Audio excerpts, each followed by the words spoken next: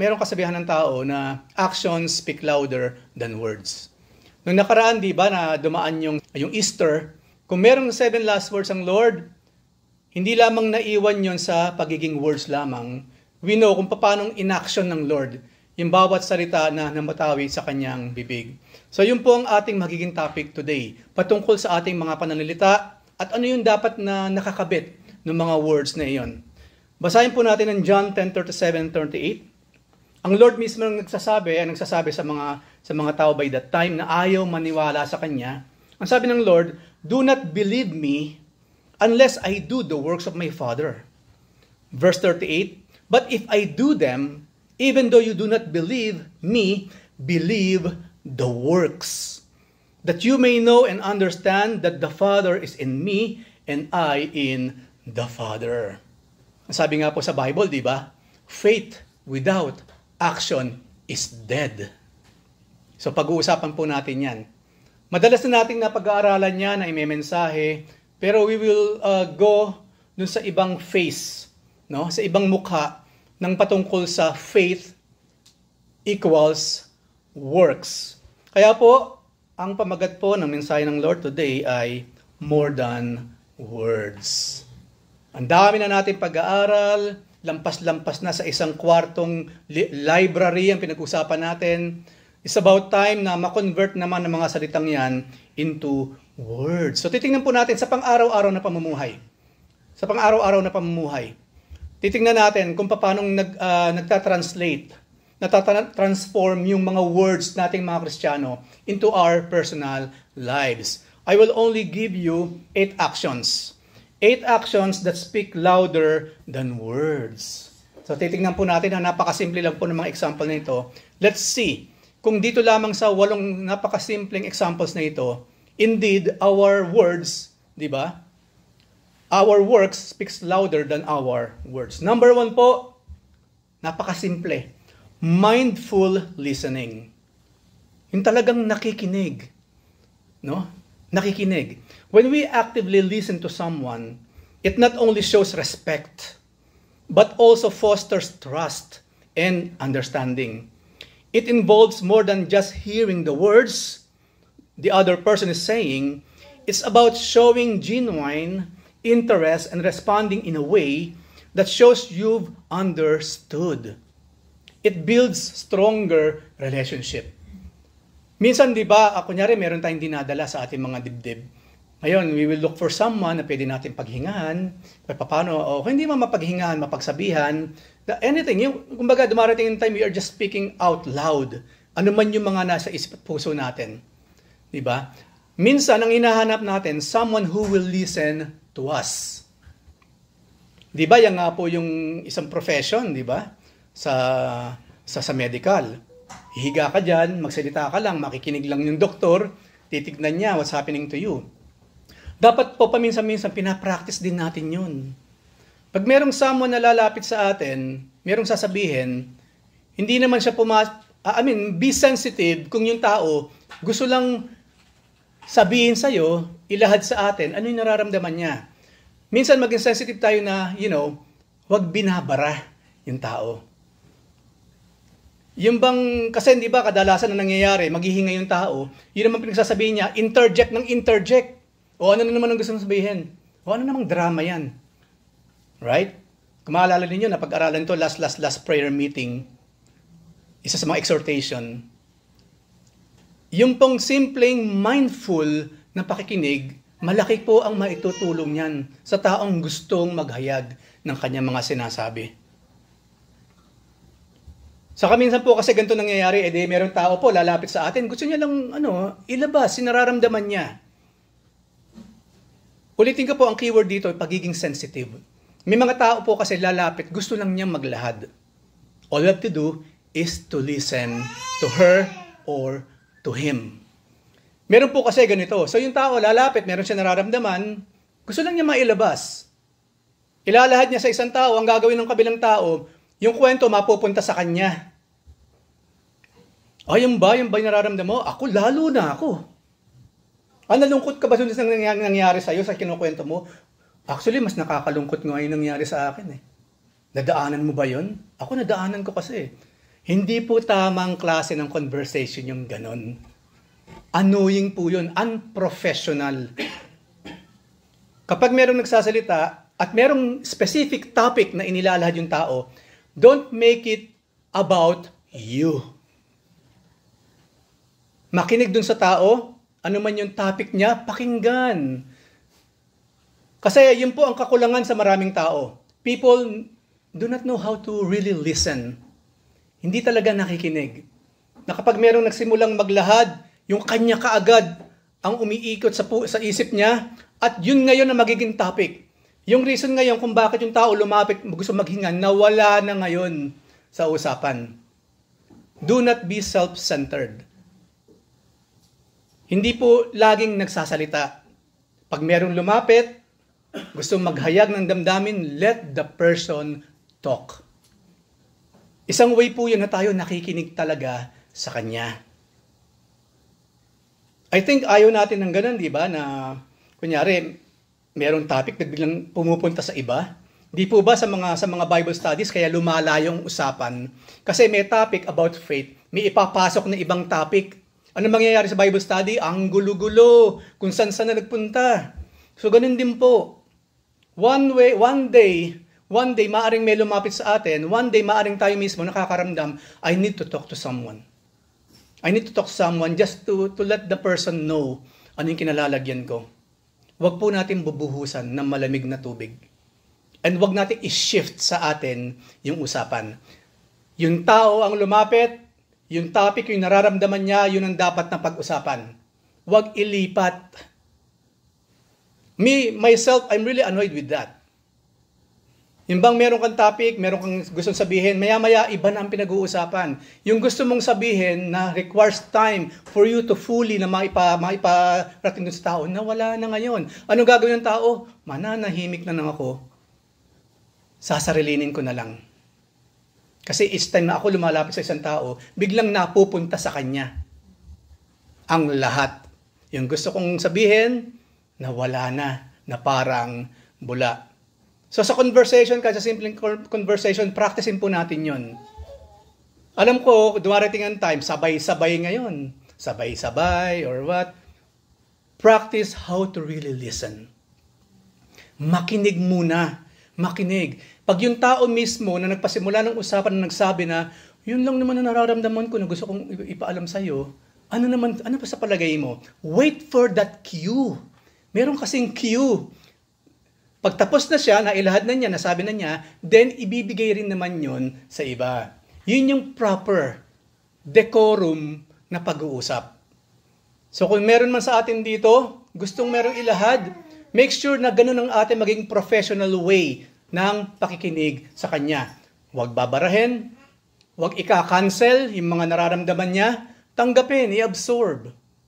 At huwag isi-shift yung focus from the person na nangangailangan, biglang ako ngayon, yung kwento ng buhay ko, yung gusto kong pag-usapan, ang magiging usapan by that time.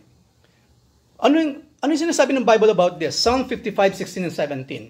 Ang sabi ni David, as for me, I will call upon God, and the Lord shall save me. Evening and morning and at noon I will pray and I cry aloud, and He shall hear my voice. Pag tayo po ba nagpe-pray sa Panginoon, nag-i-interject siya? Yung bang biglang mapuputol yung pagpe-pray natin kasi biglang nagsalita ang Diyos eh. Hindi ba? Never. Never na nangyayari sa ating prayer.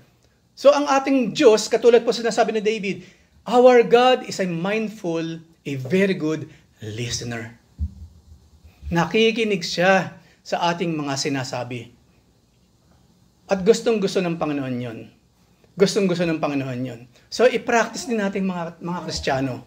Huwag natin ginagawang laging biro ang lahat. O may inihinga na naman yung isa, nag-iinarte na naman. Don't do that. Imagine kung Diyos ang gagawa ng sa atin. O ano naman inaarte mo, anak? Di ba? Never magiging attitude, magiging character ng Diyos yung ganon. Dapat, like father, like son and daughters. Maging ganon din tayo mga kapatid. Be open to all. Ganun talaga eh. Paminsan-minsan meron tao magsasalita sa iyo, ibinubulalas nilang lahat. He just wants someone to listen to him or to her. malaki po ang maitutulong niyan. Lalo na pag nakita niyang nakikinig ka talaga sa sinasabi niya. Ang laki po ng effect, napaka-positive na effect dun sa tao mismo. Minsan, naghayag lang siya ng damdamin sa'yo, hindi ka umimik, pinakinggan mo siya, pinakita mong ikaw nakikinig ng taimtim, let's say, seriously sa kanya, kahit wagla ka nang sabihin, yung tao, nakakaramdam na ng magaang na kalooban. Ay, salamat meron nakinig sa akin. One day, you will need that kind of person. And that kind of person, be smart. Maging mindful sa pakikinig sa mga taong nangangailangan na may nakikinig para sa kanya. So number 2, demonstrating empathy and sympathy. Maganda yun, meron tayong advices, di ba? Maganda yun, meron tayong mga sinasabi. Empathy allows us to connect deeply with others and understand their feelings and experiences. It's not about offering advice, kadalasan, or trying to fix things. O sige, nang dahil dyan, sige, tutulungan kita, i-fix ko yan. Hindi laging ganun. But simply being there and showing that we understand.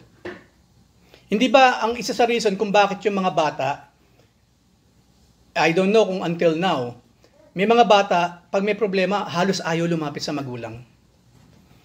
Yan po ang isa sa malaking problema sa pamilya. Kapag ang mga bata hindi makapagkwento, makapagsalita, makapaglahad ng damdamin sa magulang, kasi yung magulang naman kasi kaagad, defensive. Or saway kaagad. O ano na naman yan, may ginawa ka namang mga sama. Imagine that. Lalapit ka sa parent mo, kasi nasaktan ka eh. One way or the other, meron nakasakit sa'yo. Ngayon maglalad ka ng damdamin sa iyong magulang. Yung magulang naman walang ginawa, kundi ano?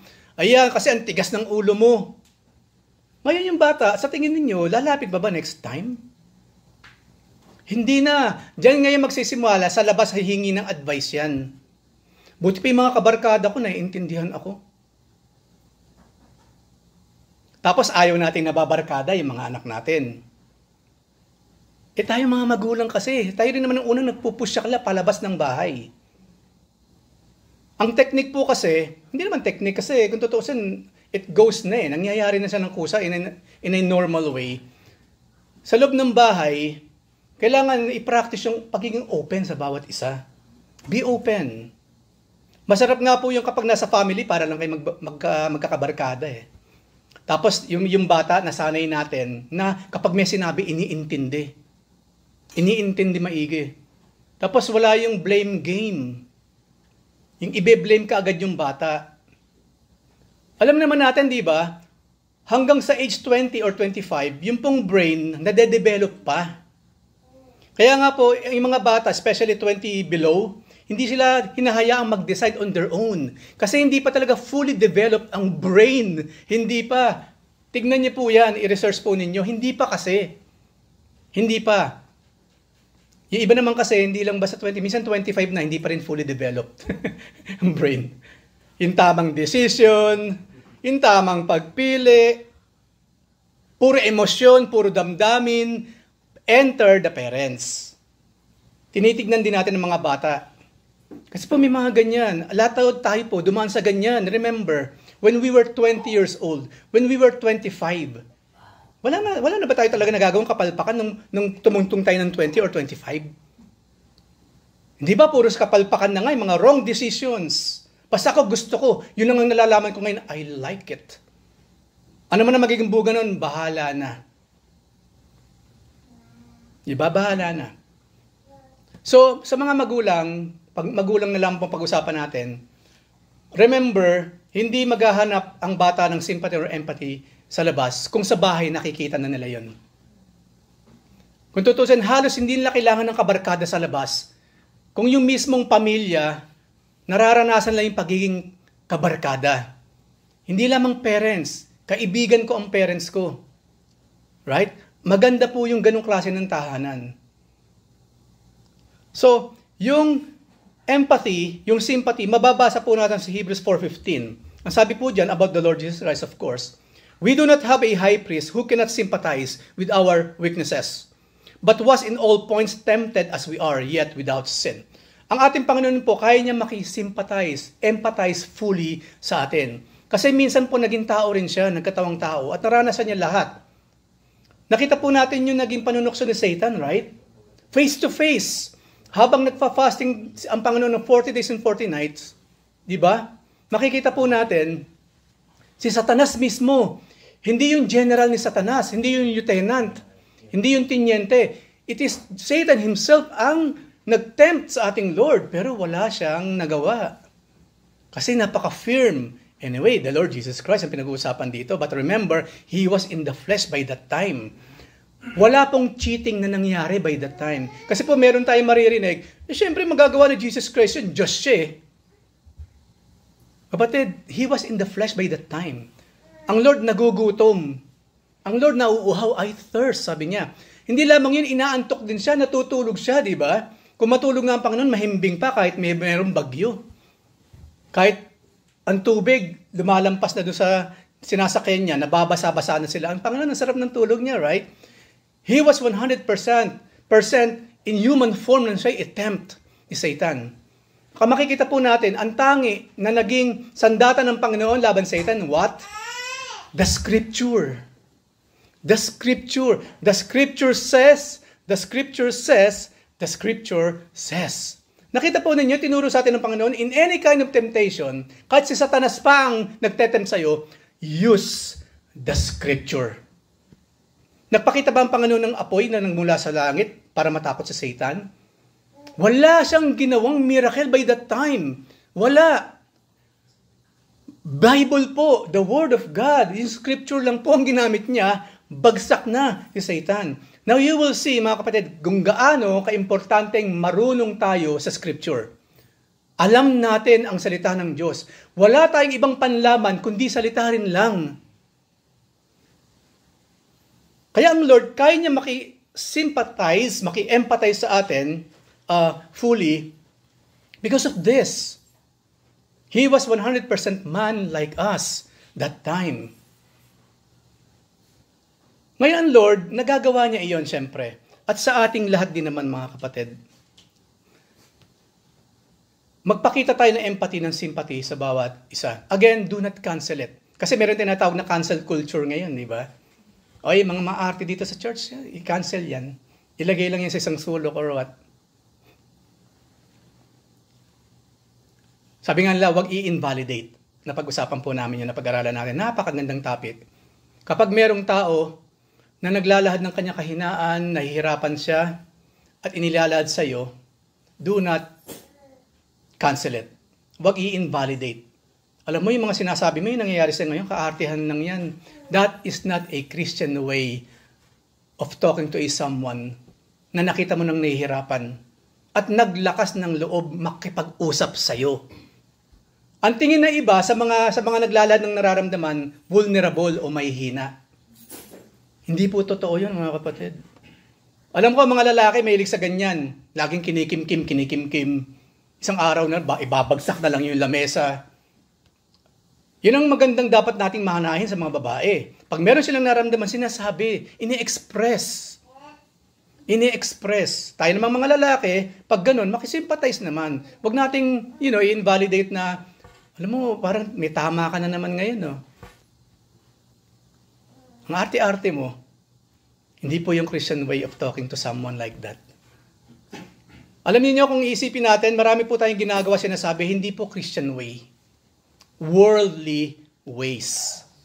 So, I'm just reminding us, yung mga bagay na nasa ilalim na maaaring hindi natin napapansin. So, sympathize and show empathy sa sino man. Hindi naman kinakailangan, sige, aayusin ko na lahat. Paminsan-minsan, ipakita mo lang you're concerned. Kung naghahanap ng tulong, humingi ng prayer especially, then pray for the person. So malaki po ang papel sa buhay ng isang Kristiyano, yung pagiging punong-puno ng sympathy sa bawat isa. Huwag po tayong maging passive. Kapag merong need na nag-arise, we must do something about it.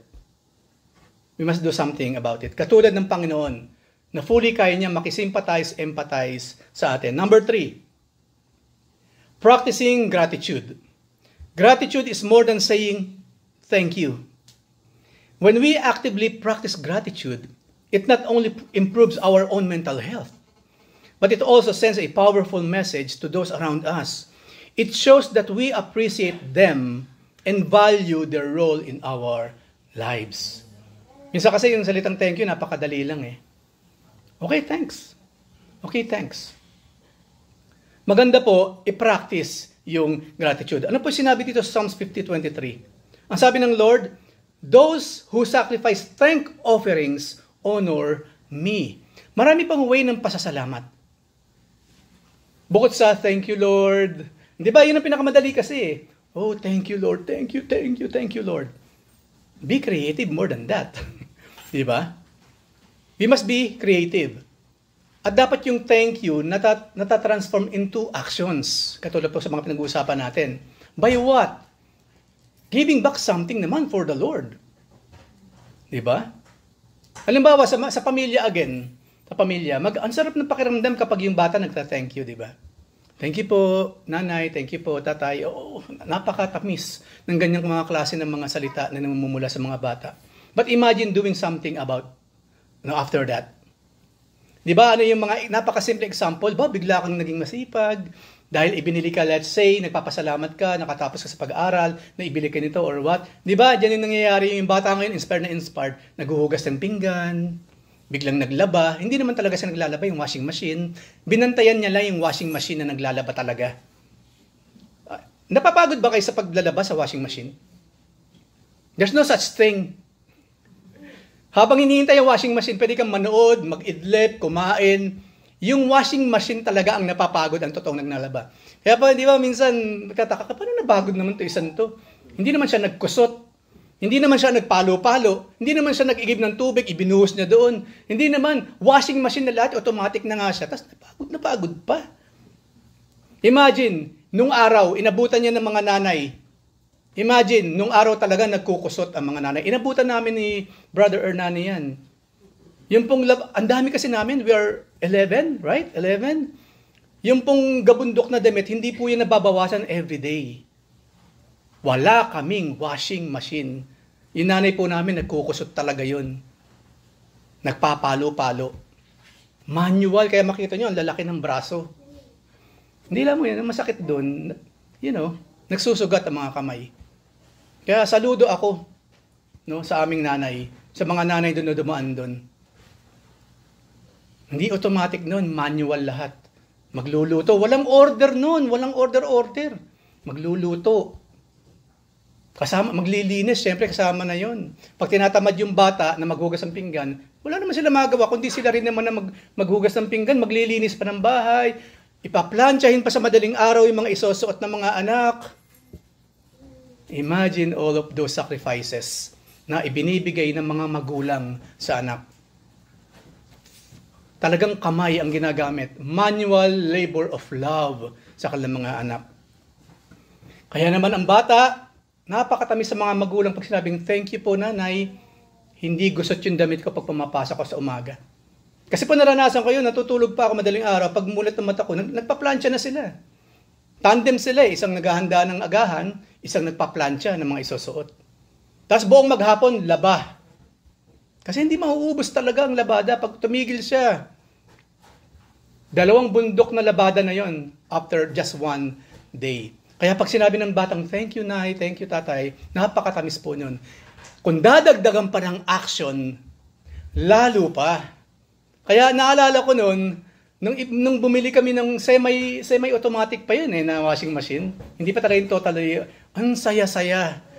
Ang saya-saya ng nanay nun. Napakasaya niya. Naalala ko nun, pinapakita niyang ganun. Sugat-sugat yung kamay. Ibinili namin ng guantes na, parang goma or what. Kaso minsan hindi siya masaya dun eh. Meron siyang hindi talaga natatanggal. Kaya minsan hinubad niya rin, kinakamay niya. Look at those sacrifices. Kaya yes, magpasalamat tayo, kundi man sa mga magulang, kundi sa bawat isa. Pero paminsan-minsan, in action din naman, gawin natin yung pasasalamat. So kasama po yan sa actions speak louder than word. And of course, number 4, living with integrity. Integrity is about being true to your word. Ito yung lagi natin sinasabi, palabra de honor. Integrity is about being true to your word, honoring commitments, and living in alignment with our Christian values. It's about doing the right thing, even when no one else is watching. Yung ating integridad, they broadcast to the world that we are trustworthy, reliable, and steadfast in our Christian principles. Naalala ko po na, kung di ako nagkakamali, this is the first message na tinapik ko nung araw sa J-Wall. Integrity. Kasi I saw it, me myself, I saw kung gaano kahalaga yung integridad ng tao. Kasi kung wala kang integrity, ano man ang sabihin po natin, wala yung saysay sa ibang tao. Proverbs 28:6 sabi diyan, better is the poor who walks in his integrity than one perverse in his ways, though he be rich. Marami po kasi mayaman ngayon, hindi naman ngayon, kundi nung araw pa lamang, kahit Old Testament pa. Marami talaga yung mayaman in a very, very crooked ways. Lalo na po sa panahon natin ngayon. Hindi ko na isa-isan kasi alam nyo na naman. Alam nyo na kung sino yung taong biglang yaman. Napunta lang sa isang posisyon, nagkaroon lang ng ganun trabaho. Aba, next year, ang laki na ng bahay, nagkakotse bigla. Siyempre, hindi lamang sila. May mga taong gumagamit sa Word of God, di ba? Magpapastor. Sa unang taon ng pagkapastor niya, okay lang. Pero after 2-3 years, mansion na ang bahay. Ang mga anak nag-aaral sa mga private schools. Ngayon, saan nang galing ang pera nito? Wala naman ako nabalita, may nagmana sa kanya na malaking halaga at nagkaganyan bigla ang buhay niya. We know all these things. Kaya nga sabi ng Panginoon, di ba? The love of money is a root of all kinds of evil. At nowadays, nakakalungkot po, because we are now in the end of days, maraming mga so-called preachers and teachers, yan ang common denominator nila. Napakayaman. 10, 5 ang mansyon, tigi-tigi sa pa yung mga anak. Nakita niyo nangyayari kay Kibuloy ngayon? Alam niyo, pinag-pray ko ng matagal na panahon yan. Dahil naniniwala ko, Lord, justice will come one day sa taong ito. Unless magbago siya ng kaisipan, totoo siyang tumanggap sa inyo at totoo magsisi. He will die sa isang napakalungkot at nakakahiyang paraan. Look what's happening to him now. And I'm still praying na hindi lamang siya, kundi lahat ng katulad niya, dumanas ng the same na kahihiyan dahil ang nilalapastangan nila, pangalan ng ating Panginoon. Ngayon niya ipakitang He owns the universe. Akala ko ba kaya niyang pigilin yung pagputok ng bulkan, kaya niyang pigilin yung pag-ulan, yung pagbagyo? Ba't hindi niya mapigilin mga bibig ngayon ng mga taong ito na nagpapatotoong siya ay hindi totoo? Nakita ninyo? Nakita natin mga kapatid na walang kasinungalingang hindi malalantad. Wala. Kahit makapangyarihan naman yan, maraming pera, nasa politiko, malalantad at malalantad yan. At ang Diyos kapag naglantad, especially sa ganyang klase ng mga pagkakasala, merong kasunod na malaking kahihiyan. Everybody will know about it. Whether local or abroad, they will know about it. Kaya po mahalaga yung integrity. Ingatan po natin ang ating integridad. Kasi po, yun na lamang nga halos ang... Isipin natin, kung tayo'y dukha, kinakailangan natin magtrabaho everyday para lamang may makain. Tapos wala pa tayong integrity, doble-dobing pahirap ang mangyayari sa atin sa buhay nun. Why? Kasi pag wala pa integrity, walang magtitiwala sa atin. Ang buhay pa naman, di ba? Kahit sa pag-a-apply, merong background check. Alam niyo, nung araw, inabutan ko pa yung time na yung presidente, yung tumatakbo para maging president, pag nalamang meron siyang crooked way of life before, hindi siya pwedeng tumakbo bilang presidente. Inabutan ko po yung panahon na yun. That's what?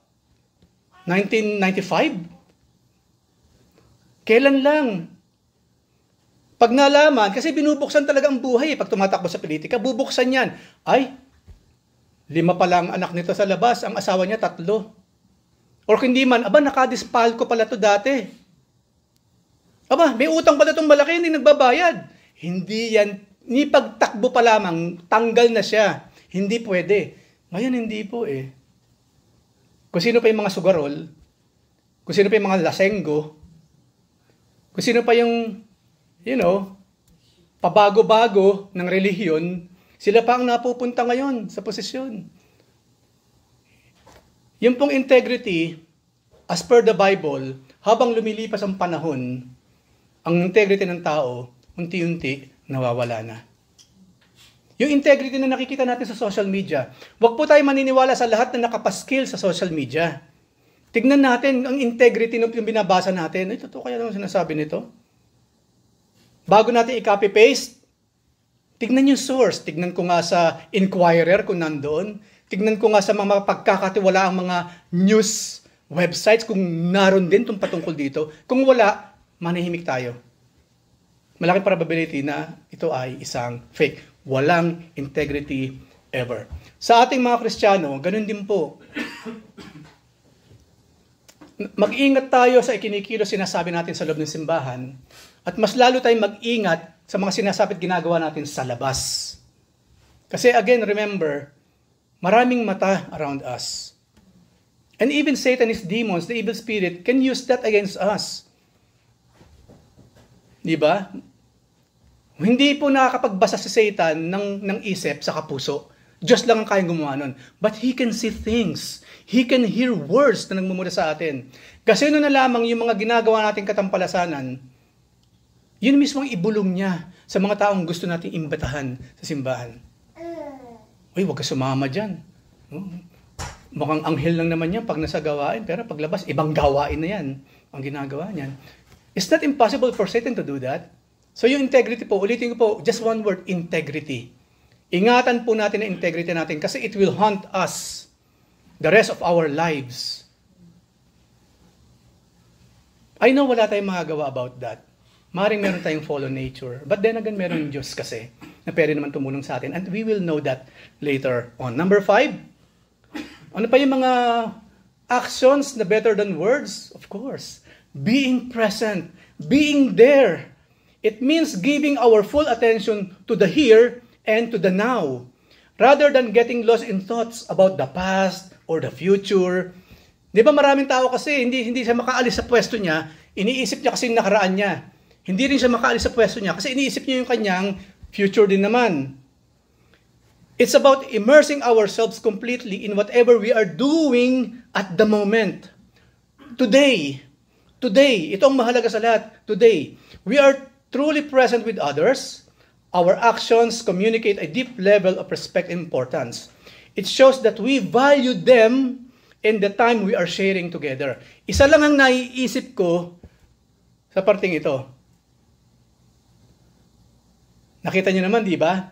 Kakain sa labas, kakain sa restaurant, gagastos. Biglang hawak ng lahat, imbis na nagkakwentuhan, cellphone. Alam niyo ba ako nalulungkot kapag ganun? Ngayon po, lagi kong dala yung aking cellphone kasi kailangan mo siya for recording. Kung mapapansin ninyo, hindi ko po yung dinadala yung paggawain. Iniiwan ko sa taas. Nagpapaalam ako sa pamilya ko sa Pilipinas, gawain na kami ha. Expect na hindi ako makakasagot at hindi ako makakasilip sa mobile phone. You know why? Because now is worship time.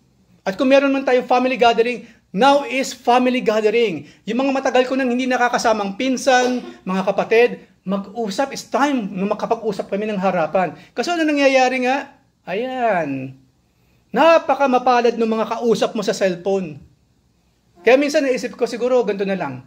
Kasi minsan may kausap ka, di ba? Biglang may papasok, sila na magkausap ngayon sa telepono. Nag-uusap kayong ganyan. Ang lalim na mag-uusapan nyo. Natatouch ng heart. Biglang kring kring. May tumawag. Sandali lang po. O, kumusta na? Sira ang moment. Biglang sila na magkausap. Kaya sabi ko, next time, pag nag-usap tayo, mag-cellphone na lang tayong dalawa. Pupunta ako sa kwarto, dyan ka, mag-usap tayo. Kasi mas mahalaga yung mga nasa telepono kaysa kaharap eh. Kahit po sa opisina, ganun din. It's so annoying. Meron kang kinakausap bilang may papasok. Do you like that? Gusto ba yung ganun? Meron kayong kausap, biglang mayroon mong sisingit na wala ka sa posisyon mo ngayon. Yung pinag-uusapan yung mahalaga na wala. I believe you're also annoyed with that. Yan po ang problema. Alam ko ang nasa isip ng araw ng mga lumikha ng Facebook, lumikha ng mga social media na yan. Ang sabi po nila nung araw, this will help for us to fully communicate. Parang Nokia lang, di ba? Nung araw kasi Nokia, ganun din. Di ba meron silang ano ba tawag dito? Slogan, connecting people. And you know what happened? Nung magkaroon ng cellphone, dumami yung cellphone, hindi na eh. Disconnecting people. Yun po kasi ang palso sa mga taong katulad natin. Lahat po ng iniimbento natin, isama na natin sarili natin. Lahat ng iniimbento po natin, maganda lang sa simula. Later on, sumisira na po ng any kind of relationships. Isa lang ang kayang gumawa ng something na hindi sisira sa relationship, and that is God alone. Pansinin niyo lahat ng ginagawa ng tao.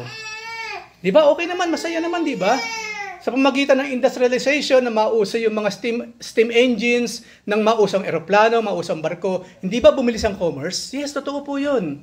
Gawa ng tao yun. Matalino ang tao kasi mana tayo sa Diyos eh. Yes, nakinabang tayo, mabilis ang communication, ang mga crops, ang mga paninda, mabilis nakakarating dito sa bansang ito, makakarating dito sa bansang iyon. Yes, meron po. Pero, ano yung suma total now? Anong problema? Anong problema? Overproducing. Nakita niyo naman siguro yung mga nabubulok na mga prutas sa basurahan, di ba? Nag-overproduce. Opo, yun ang problema natin ngayon. Nung araw, walang makain kasi walang nanggagaling crop sa labas. Nakaisip ang tao, nakapag-invento ng something para makarating yung crop. After many years, ito na ngayon ang ending. Meron pa ring taggutom. Marami pa rin hindi nakakakain. Why? Una, because of the demand, ang taas ng presyo. Hindi pa rin mabili ng mahirap. Ngayon, imbes na ipamigay sa mahirap yung mga sobra, hindi ba nabubulok na lang itinatapon sa basurahan? Nakita ninyo, one way or the other, sa simula, maganda po ang imbensyon ng tao. Pero later on, katulad po ng cellphone, hindi lamang lahat ng mga gadgets, lahat ng mga electronics, they are taking our time. Kinukuha nila yung oras natin, imbis na ibinibigay natin sa ating mga loved ones, hindi nangyayari. Hindi po ako against that because marami akong gadgets. Pero mag-ingat lamang tayo mga kapatid na yung mga gadgets na ito, mangyari talaga yung reason kung bakit sila inimbento. Para magkaroon talaga ng paglalakip ng puso at isipan ng bawat tao sa mundo, magkasama naman o hindi. Yun po ang mahirap. So bakit ko nabanggit yun? Kasi nga po, hadlang itong mga bagay na ito, kahit sa simpleng relationship ng dalawang tao. Imagine, ang dami mong friends sa Facebook, but you feel alone. Ang dami mong contacts sa cellphone mo, pero you feel alone. Paano nangyari? Kasi iba pa rin yung talagang nagkakasama. Especially pag binigyan na ng pagkakataon, pag nagkaroon ng reunion, di ba? Yung mga bata, hindi natin sila masisi kasi mga bata nga eh. Kung ano yung magustuhan ng mga yan, gagawin lang. Walang ginawa, kung mag-cellphone yung mga yan, di ba? Nagge-games. Habang nasa family reunion, nagge-games. Imbis na sumama, kilalanin yung mga pinsan, ano ginagawa, nasa isang sulok, nagge-games. Eh nakakalungkot pa minsan, nasa gawain na nga, nagge-games pa. It happened many years ago, but I hope hindi na nangyayari ngayon. Friday is a day of fellowship sa pakikipagkapwa-tao. Hindi paglalaro ng games. Iyon ngayon ang problema sa society nowadays. We are really disconnected from each other. No wonder sinabi sa aklat ng Timothy from Paul, sabi niya, in the last days, the love of many will grow cold.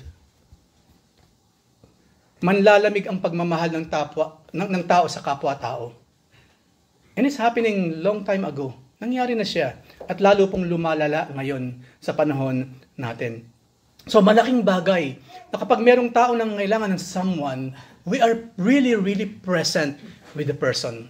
We are really there. Ang mga magulang, ganun din, especially, di ba? Mapalad po ang mga magulang ni Kuya Rodmar, nandito sila ngayon. Kasama nila si Levi. Ngayon, kung sakaling tayo man uuwi sa Pilipinas, take time. Mag-take time na magpakita rin naman ng panahon sa mga mahal sa buhay. I'm not saying this kasi nagagawa ko siya. This is also a reminder to myself. Kung sakali man kaya hindi natin kaya makipag-usap, makipag-meet sa ating mga kamag-anak kasi may tampuhan, di tapusin yung tampuhan. Ganun lang naman yun, di ba? Kasi imagine kung mamamatay tayo today, paano ngayon yung mga yun?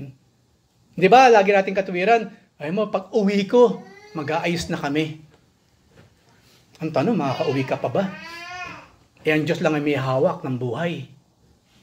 Siya ang author and finisher of our faith. Siya rin naman ang may hawak kung kailan tayo papanganak at kung kailan tayo mamamatay. So, maganda yung good intention is good. Kasi then again, hindi kasi natin hawak ang buhay natin kung kailan tayo kukunin ni Lord. So, paano ngayon yung plano na yon? Nasa bakasyon mo, makikipag-ayos ka na. Mangyayari nga kaya yung bakasyon na yon? Right? Kung maalala nyo, lagi ko nire-remind ito mga kapatid. Kasi, para ma-enjoy natin yung buhay Kristiyano, hindi tayo namumuhay with regret. Mahirap po yung mamuhay na mayroong regret. Mahirap po yun. Hindi tayo fully maging maligaya. Hindi fully masaya ang isip. Hindi fully masaya ang puso. Why? Mayroong lingering regrets in the heart. So, we must be always really, really present for each other. Kasi po ang Panginoon, ganun din naman siya. Ang sabi nga po niya sa Hebrews 13:5, keep your lives free from the love of money and be content with what you have because God has said, never will I leave you, never will I forsake you. Ang Lord kasi lagi siyang ganun. He is ever present sa ating buhay. So gawin natin ang lahat ng pagkakataon to be present with each other. Number 6. Ito napakaganda. Embracing imperfection. No one is perfect. We all make mistakes, experience failures, and face difficulties. Instead of hiding this, embracing them can be a powerful action. It's through this acceptance that we can truly grow and show others it's okay to be human. Di ba kadalasan yan na sinasabi ng mga in-invite natin? Dalo ka na. Saka na lang siguro pag hindi na ako nagkakasala. Hindi na mangyayari yun. Kapag yun po ang gagawin niya, yun ang kanyang pamantayan para makadalo, hindi na po siya makakadalo ever until the person die. Kasi po, even Christians, even ourselves, nakakasala tayo every day. We are not perfect.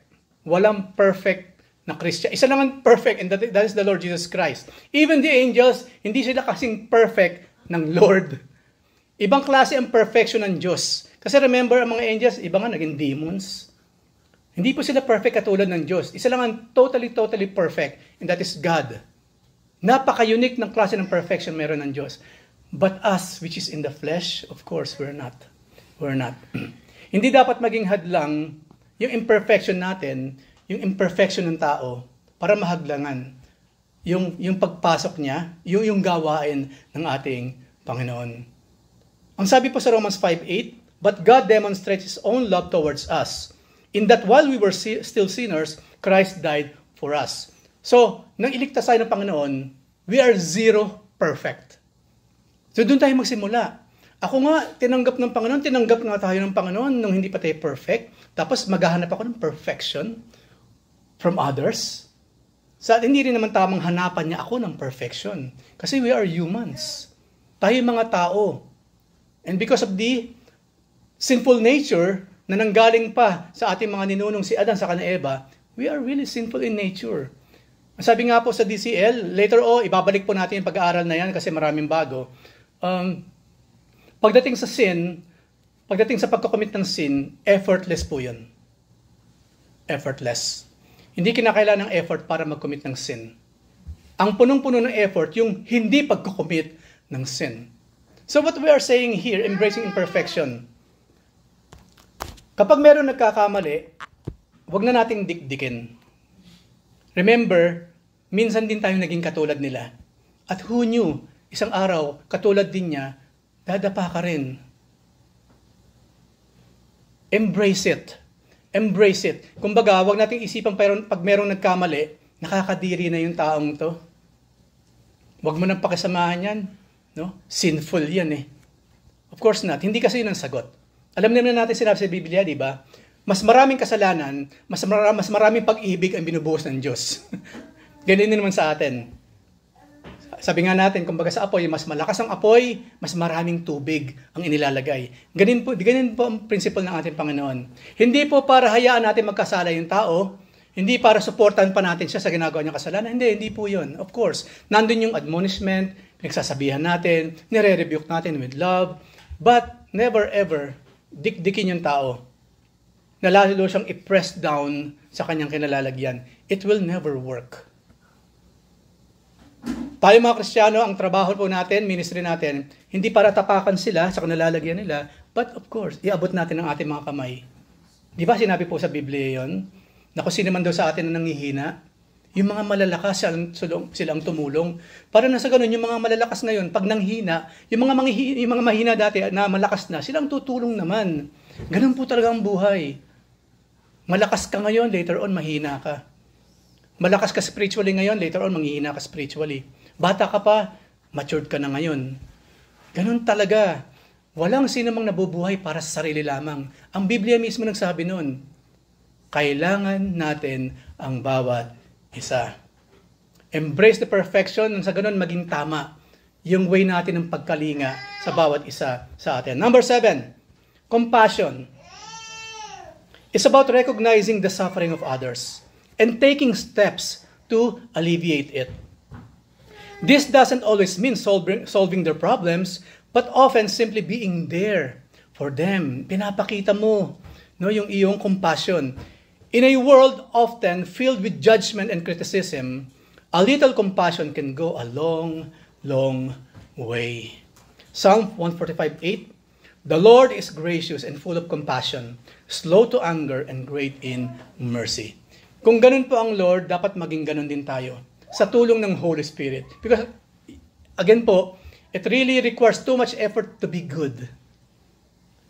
Para maging bad, walang effort na kailangan doon. But to be good, grabe yung effort na kinakailangan natin. But then again, through the Holy Spirit, wala rin namang imposible. Kung tayo mag-yield, magpapasakop sa Kanya. So compassion, yung habag. Patuloy tayong magpakita ng compassion, lalong-lalo na, ano ba example ng Panginoon? Ang sabi ng Lord, kung mamahalin mo lang yung mga nagmamahal sa'yo, ano pang gantimpala ang hinihintay mo? Nakuha mo na yung gantimpala mo kasi minahal ka na niya eh. Kundi ano sinabi ng Panginoon? Ang mahalin din daw natin yung alin, yung mga hindi ka ibig-ibig. Imagine that. That is good. Pero nakita niyo yung grabe ng effort na gagawin doon? Ano pa yung mga sinabi ng Biblia na mukhang napakasimple, pero grabe ang effort na gagawin? Love your enemy. Imagine that. Kung hindi pa tayo aral sa Biblia, kung hindi pa tayo Kristiyano, no one can do that. Come on. Enemy nga eh. Ba't ko mamahilin? Enemy ko nga siya. Pero yun ang tinuro ng Lord. Love your enemy. Sa mga kaaway daw, sabi ng Panginoon, do not curse them, but bless them. Imagine, napakakabaligtaran. In order to be good, yun ang dapat natin gawin. Napakahirap in our side. Yung boss mo na napakasungit, na pangako hanggang sa nagigipit ka sa time, i-bless ko pa ba naman yan? Kasi yun ang sinabi ng Lord eh. Effort talaga pagdating sa paggawa ng kabutihan. But then again, maraming salamat sa Panginoon. It will be Him through the Holy Spirit na tutulong sa atin to do that. You know what mga kapatid, it's better na kahit hirap na hirap tayo, kahit pumapalpak tayo, but we are trying to do it. Kasi naman yung talagang hindi mo na sinusubukan o hindi na natin ginagawa. At least nakikita ng Panginoon, nag-e-effort ang anak ko. Hindi pa rin talaga niya fully magawa inuutos ko, pero at least may effort. Malaking plus na po yan sa Panginoon. Yun na lamang effort na lamang, malaking plus na po yan sa ating Lord. Okay? So effort lang, effort. Kahit hindi natin talaga fully alam natin, hindi natin masusunod, or hindi natin magagawa, effort lang na gawin pa rin for the Lord. At siya nang yung bahala. Siya yung bahala sa atin. Anyway, siya naman ang humihipo ng puso ng tao. Ipag-pray everyday yung mga among ganyan. And remember, ano man ang gawin sa ating kasama ng tao, that will not be the end of us. Let's say, ginipit ka ng amo mo to the point wala ka ng choice. Kundi talaga nang umuwi ka na sa Pilipinas. Dahil inipit ka eh. Buhay ka pa naman. At definitely, meron pang chance na naghihintay sa iyo saan ka man naroroon. Ako po yun ang principle ko in life. As long as I'm alive, merong opportunity na naghihintay sa akin. Tanggaling naman ako sa trabaho ngayon, okay, wala akong magagawa doon. May naghihintay naman kasing iba. Adjustment lang. Adjustment. Ako pa, actually twice ako nawalan ng trabaho dito. 2008, nung crisis, di ba? Nung crisis, natanggal po ako sa trabaho noon. Pero may kapalit naman kaagad. Nawala na naman ako ng trabaho. Nung COVID times, 3 or 4 months ako walang trabaho, mga kapatid. Nandyan lang ako sa taas. Pero nagpo-provide naman ng Panginoon. Yun ang kagalagahan ng may ipon. Ipapasok ko po. Kaya po kinakailangan laging merong laman ng wallet. May laman ng bank account. Dahil dumadating yung ganung klase ng araw. Wala po akong inutangan by that time. You know why? Kasi hindi pa man nangyayari yan. Wala pa man sa paghinagap ko yan. Ako po talaga kasi nag-iipon ako, mga kapatid. Yes. Ibabalik ko ba uli yung pag-uusap patungkol sa pag-iipon? Alam mo mga kapatid, ang laki ng napaka-positibong epekto kapag marunong tayong magsubi ng pera. Kasi isang araw, wala sa panghinagap mo. Something like that can happen anytime. Anytime. Ulitin ko po mga kapatid, for your own sake, mag-ipon po kayo. Mag-ipon kayo. Para sa inyo rin yan. Para sa inyo rin yan. Hindi kayo magmumukhang kawawa. 3-4 na buwan ka walang trabaho, may kakainin ka. Nakakapagbayad ka pa ng bills monthly. Yun po yung kagandahan nung paggaya sa mga langgam na sinasabi sa Book of Proverbs. Mag-ipon! Mag-ipon, mga kapatid! Mag-ipon! Magto-2030 na. Marami na pong natatanggal sa trabaho. Marami ng trabaho hindi pwedeng pasukin ng mga expats. Saudi na lang. Saudi Arabia is not forever. Mag-ipon. Mag-ipon. Okay? Mag-ipon. Sige, doon na tayo sa number 8. Verse 8, siyempre. Embracing the silence. In a world where we are constantly surrounded by noise, ang ingay-ingay ng mundo, ang ingay ng isip natin, ang ingay ng puso natin, choosing to be silent can be a powerful action. Silence allows us to tune into our thoughts and our feelings, and of course, ang Holy Spirit. Ang Holy Spirit. It provides space for reflection and spiritual growth. Masarap kayo maging tahimik, right? Napakasarap. Yung bang magsasalita ka lang kapag kailangan mo magsalita. Kapag hindi kailangan, talk to God, talk to yourself, talk to the Holy Spirit. Maglimi-limi. Isipin mo ang buhay mo. 10 years na ako sa Saudi, ano ba nangyari sa buhay ko dito or what? Yun ang kagandahan po ng silence. Ang sabi sa Revelation 8:1, meron tayo ditong drastic na klase ng example. Sa Book of Revelation po ito.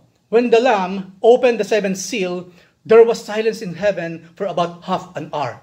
This is the first time in the history of heaven and earth, sa Book of Revelation, na nahimik ang langit for 30 minutes. Napakahaba po ng 30 minutes para ang langit manahimik. You know why? Kasi po yung parte na ito, chapter 8 ng Revelation, ito na po yung 7th seal. No, bubuksan na ng Panginoon. At ang laman po ng 7th seal, 7 na naman ang klase ng galit ng Diyos, puot ng Diyos, ibubuhos for the last time sa mankind. Nag-pause ang Lord before opening up the 7th seal. You know why? Because this is the time many more will die. Many more makakaranas ng puot ng Diyos. Ito yung time na malalaman na talaga kung sino ang papasok ng langit at itatapon sa impyerno. 30 minutes, nanahimik ang lahat. With heightened anticipation, what's going on? Maging si John, no? Maging si John na nakakita ng vision na yon, namangha siya, how come? Ang langit kasi laging hallelujah, Hallelujah. Oh, hindi matatahimik ang langit. Punong-puno ng magagandang mga sounds. Heavenly noise, heavenly sounds. Biglang for some reason, natahimik. Hindi siya nagkaroon ng tinnitus kasi nasa vision siya by that time, not in the flesh. Kasi hindi ba yun ang sign daw ng sobrang tahimik ka? Umuugong ang tenga mo sa sobrang katahimikan or what? Nanahimik. Ano yung kahalagahan ng pananahimik paminsan-minsan? You will feel what's happening. Hindi lamang sa vicinity na kinalalagyan mo, kundi around this planet. Alam niyo po ba, ulitin ko bilang panghuli, there are now wars and rumors of wars. Yung 4 na red heifer na mga cow, nandun na sa Israel ngayon. Pag sinunog kasi yung mga baka na yon, yung abo nun, ipang sasaboy sa mga priest para maging worthy sila. Saan? Sa temple worship. Now, there is no temple. Where is the temple? Pero bakit na sinisimulan ng mga ito? Gumigiri na po kasi ang Israel for the 3rd temple. Hindi natin alam kung nakatayo na siya or hidden somewhere. Meron nagsasabi under the grounds sa original na lupa ng panahon ni Jesus Christ. Kasi po hindi na makikita yung mga lupa ng panahon ni Jesus Christ. Kasi natabunan na. Ilang metro nang natabunan niya ng lupa. So meron nagsasabi, maaaring underground. But no one really knows. But the mere fact na meron silang ginagawa yung ganyang klase ng mga actions, it seems they are anticipating the coming of the Messiah, of the Jewish Messiah.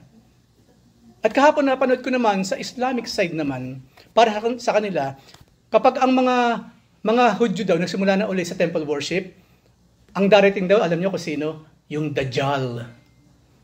Yung Antichrist ng mga Muslim. Merong heightened anticipation ngayon sa Christian world. Meron. Lahat po na nangyayari nga sa Israel, the North, the South, the East, and the West, kalaban nga ng Israel, even the United States. No, meron silang tendency na maghudas. Ano nangyayari nga sa Pilipinas, sa China, sa Taiwan? Alam niyo, hindi lang binabalita yan, napaka-intense po na nangyayari ngayon sa China Sea, doon sa area natin sa Pilipinas. Grabe po ang drills na ginagawa nila. Tapos dumindol pa ngayon sa Taiwan. Napakalakas, ang daming namatay. I mean, look at the world now. Kailan lang sa US merong bridge na bumagsak. And you know, kasi merong bumangga na malaking container ship. Marami namatay. You know what? Hanggang ngayon pinag-aaralan na ano nangyari. Maaaring yung GPS, may nangyari, electrical or what. Wala pa nakakaalam truly. Pero what I'm saying is this. It's so easy for those things na sinasabi sa Bible na mangyari. It's so easy nowadays. It's so easy nowadays. Ang control po sa tao en masse bilang buong mundo, lahat ng tao sa buong mundo, madali na pong gawin ngayon yan kasi naranasan na natin ng COVID. Pag sinabi ng government na wag lalabas ng bahay, hindi talaga tayo lumabas ng bahay. Buong mundo hindi lumabas ng bahay. So kung control din lang, andyan na po, nakaset na. Yung dry run, tapos na. So they prove na yes, kaya pala natin kontrolin ang population ng buong mundo. Fast-paced na po ang panahon natin ngayon mga kapatid. Napaka-bilis. Paminsan-minsan, let's sit down, manahimik tayo. Limi-limihin natin what's happening these days, Lord. What it means to me. What it means to my daughters, to my sons. What it means sa aking future. Yun nangyayari ngayon sa mundo, O Diyos. Kasi remember, what's happening today will affect our future. So, sabi nga sa Biblia, be still and know that I am God. Mahalaga po ang silence. Pag meron tayong kausap, hayaan mo siya magsalita. Be silent about it. Para lalo natin maintindihan yung sinasabi niya, sabi nga natin kanina. Yun din naman paminsan-minsan. Minsan, i-turn off yung TV na yan. Tanggalin muna ang notification ng mga cellphones. Maglaan tayo ng time to sit down, relax, pumikit, be silent. Isipin natin yung nangyayari today. Isipin natin yung nangyayari sa buhay natin at sa mundong ginagalawan natin. There are lots of drastic changes that will happen on this planet in few years. At matagal na po yung nagsimula. So talk to the Lord. Lord, yung bang mga salita mong aking narinig, Tunay nga po ba na naita-translate ko siya sa pamagitan ng aking buhay or hindi? But since we are still alive today, it means we still have time to reconsider. We still have the chance or many chances para magsimula. Yes, intindihin natin ang sarili natin. Pero wag laging sarili natin ang iniintindi natin. Wag laging yung damdamin natin. Wag lagi yung iniisip natin. Yung pangangailangan natin. It's about time. I-open natin ang ating mga puso't isipan sa lahat, especially number 1 sa ating Diyos, sa Kanyang Espiritu, sa simbahan, sa pananilbihan sa Kanya, and lahat na meron sa mundong ito na nangyayari nowadays. It will affect us. It's either tomorrow o sa mga susunod na mga buwan o sa mga susunod na mga taon. So remember, let the Word of God be translated into our lives. Matransform ang Word into works. Yan naman po ang sinabi sa Ephesians chapter 2 verse 8 to 10. Harapin natin ano man yung gawaing inihanda ng Panginoon sa atin before the foundation of the world. Be a Christian. Not just a Christian, be a Christian who do the things na itinuutos ng ating Panginoon. If we really love the Lord, then we must obey all of His commandments. So this is just a reminder, mga kapatid. Maaaring pinag-usapan natin yung tayo-tayo lang, but it can be widened. Malawak po ang pwedeng marating ng pinag-usapan natin.